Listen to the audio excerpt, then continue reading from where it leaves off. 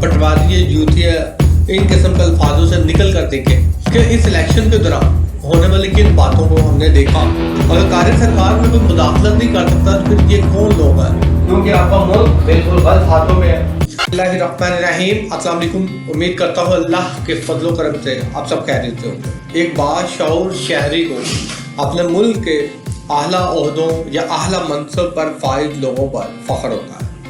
इनकी वो दिल से इज्जत करता है। इनसे मिलना, हाथ मिलाना और यहाँ तक कि इनसे अवार्ड लेना बाअसे फ़ख्र समझा जाता है। एक मुल्क का शहरी सदर और वज़ीर आज़म इन दो ओहदों को यह तसव्वुर करता है कि इन पर कोई आम शख्स फाइज नहीं हो सकता। इन ओहदों पर वही शख्स आ सकता है जो इस कैलिबर को, जिसकी अहलियत होती है, और कोई आम शख्स इस बात का तसव्वुर नहीं कर सकता। मगर इसी के साथ साथ अगर इन आला ओहदों पर फाइज लोगों के किरदार पर उंगली उठना शुरू हो जाए और लोगों को ये वाक़या तौर पर नज़र आना शुरू हो जाए कि कौन मुल्क के ख़जानों को लूट कर खाता रहा है, किस किस्म के लोग मुल्क के आला ओहदों पर फाइज हैं, ये मुल्क को किस तरह से चला रहे हैं, ये मुल्क इस वक्त जिन हालात से गुजर रहा है, इन हालात का जिम्मेदार कौन है, तो फिर ऐसे लोगों के साथ साथ इन दो आला ओहदों की भी कोई इज्जत नहीं रह जाती। पाकिस्तान में 8 फरवरी को इलेक्शन हुए।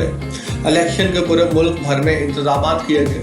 बहुत ज़्यादा टर्न ओवर रहा। लोगों की भारी अक्सरियत अपने घरों से निकली इस उम्मीद में कि वो अपनी मर्जी की हुकूमत कायम करेंगे, जमहूरियत आएगी, अपनी मर्जी के हुक्मरान आला ओहदों पर देखना चाहते हैं। अब आज आम पाकिस्तानी शहरी होने के नाते इस बात को ज़रा सोचें कि हम पटवारी यूथिया इन किस्म के अल्फाजों से निकल कर देखें कि इस इलेक्शन के दौरान होने वाली किन बातों को हमने देखा और मौसम की तरह बदलते हुए रिजल्ट हमारे सामने आता शुरू हो।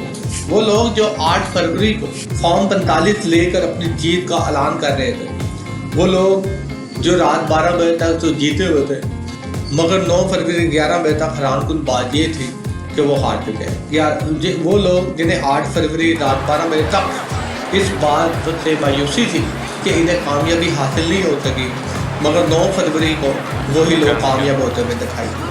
सोशल मीडिया पर बहुत से ऐसे वीडियो क्लिप देखे जा सकते हैं। कहीं पर आ रोज डबल स्टैंप लगा कर वोटों को ज़ाहिर कर रहे हैं, तो कहीं पर खाली वोट के ऊपर स्टैंप लगा के किसी एक पार्टी के हक में ठप्पे पे ठप्पा लगा रहे हैं। ऐसे मनाजिर जब आम पाकिस्तानी शहरी देखेगा तो वो कम से कम ये तो सोचेगा, वोट जो कि एक कौम की अमानत होती है, इस अमानत में खयानत कौन लोग कर रहे हैं।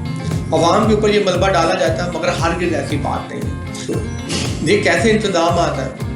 अगर कार्य सरकार में कोई मुदाखलत नहीं कर सकता तो फिर ये कौन लोग हैं जो चीटिंग कर रहे हैं और अपनी मन मर्जी के लोगों को ऊपर लाने की कोशिश कर रहे हैं। यहाँ तक देखा गया हमारी अक्सरियत से लीड करने वाले कुछ उम्मीदवार उतना ही पीछे रह गए। अगर चले पाकिस्तानी अवाम की आंखों में मट्टी डाली जा सकती है, पाकिस्तानी मीडिया इसमें बहुत अहम किरदार अदा करता है और ये वही ज़ुबान बोल सकता है जिसकी इसको हदायत दी गई हो। चलो ये मीडिया अपनी मर्जी के मुताबिक पाकिस्तानी अवाम की ज़हन साजी कर सकता है, दुनिया भर के मीडिया इसको कवरेज करता है। इलेक्शन के दौरान होने वाली धांधलियों में वो हमारे बारे में क्या सोचेगा। क्या हम अक़वाम आलम में तमसख़िर का निशाना तो नहीं बन गए। ये भी सुनने में आ रहे हैं कि बैरूनी दुनिया या मगरबी ममालिक ने हमारे इलेक्शन के रिजल्ट को मानने से इनकार कर दिया। हमारे मुल्क में जो धांधली का इल्ज़ाम लगाता है, इसकी ज़ुबान को तो खामोश किया जा सकता है, मगर मगरबी मीडिया या वेस्टर्न मीडिया से ताल्लुक़ रखने वाले लोग जब इस तरह के सवालात पूछते हुए नज़र आते हैं, फिर आप बड़े मुहज़्ज़बाना तरीके से बोलते हुए नज़र आते हैं, इनका आप कुछ नहीं बिगाड़ सकते।